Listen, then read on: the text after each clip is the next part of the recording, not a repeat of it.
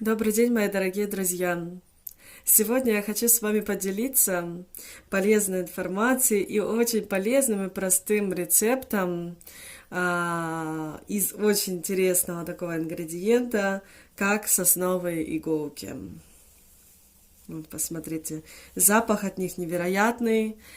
Сосновые иголки, на самом деле, это такой кладезь полезных веществ. Еще в самой глубокой древности их использовали, как в лечении, в народной медицине. Эликсиры, настойки, отвары на их основе до сих пор не потеряли свою актуальность. Сосновые иголки в больших количествах содержат каротин и витамин С. И также в них присутствуют эфирные масла, фитонциды, дубильные элементы, смолистые вещества, крахмал, соли и полезные макро- и микроэлементы, также полезные кислоты. Какие лечебные свойства у этих иголок? Коротко могу рассказать. Во-первых, они оказывают легкое, болеутоляющее действие, оказывают дезинфицирующее действие, убивающие микробы и снимающие воспаление. Также иголки проявляют такие свойства, как кровоостанавливающие и кровоочистительные, то есть можно почистить сосуды, кровь. Также это отвар на основе сосновых иголок имеет такое действие, как мочегонное и шелчегонное. Выводит радионуклиды, проявляет также сосудорасширяющие свойства, успокаивающие действия и поддерживающие нервную систему свойства. Также укрепляет защитные силы организма, то есть укрепляет наш иммунитет, укрепляет волосы и улучшает состояние кожи, ногтей. Иголки используют очень много и часто в косметологии. И также еще ускоряет заживление ранок. То есть подытожу, что средства, то есть вот, например, отвар из иголок, незаменим при ОРЗ, бронхитах. Также людям с патологиями желчного пузыря полезно включить в свой рацион отвар из хвои. Также народная медицина применяет при разных кожных заболеваниях, ожогах, судорожных состояниях, при дистонии сосудов головного мозга, при каких-то сердечно-сосудистых патологиях, либо же при воспалении ротовой полости. Как заготавливать хвою? Ее нужно срезать, ни в коем случае не отламывать ветки, а резать, срезать под углом. В любое время можно их заготавливать. После сбора хвою промывают в воде и высушивают. Ее можно также измельчить на блендере, но я, например, ее не измельчаю, я буду делать отвар из таких вот иголок, не измельченных.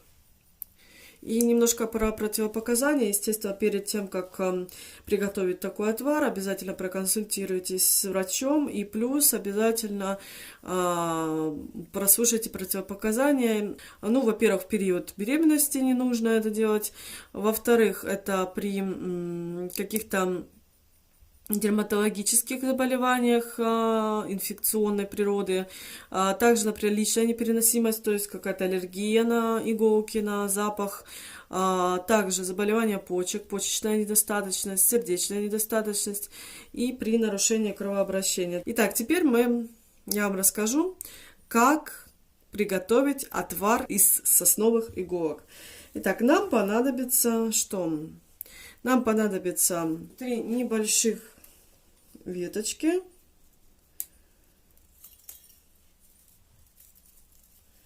И вот так вот я режу сюда. Дальше я уже подготовила такой кипяток. Мы заливаем это дело кипятком. Делаем примерно на 1-2 порции. И ставим на огонь буквально на 2-3 минуты прокипятиться. Так, когда мы сняли с огня, и даю настояться примерно в течение часа.